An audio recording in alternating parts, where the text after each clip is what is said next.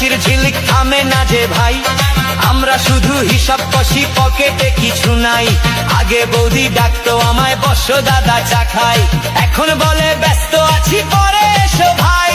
আগে ছিলাম ভিআইপি, ছিলাম সবার ঠাই, অন্নপূর্ণার টাকা পেয়ে ভুলে গেছে তাই।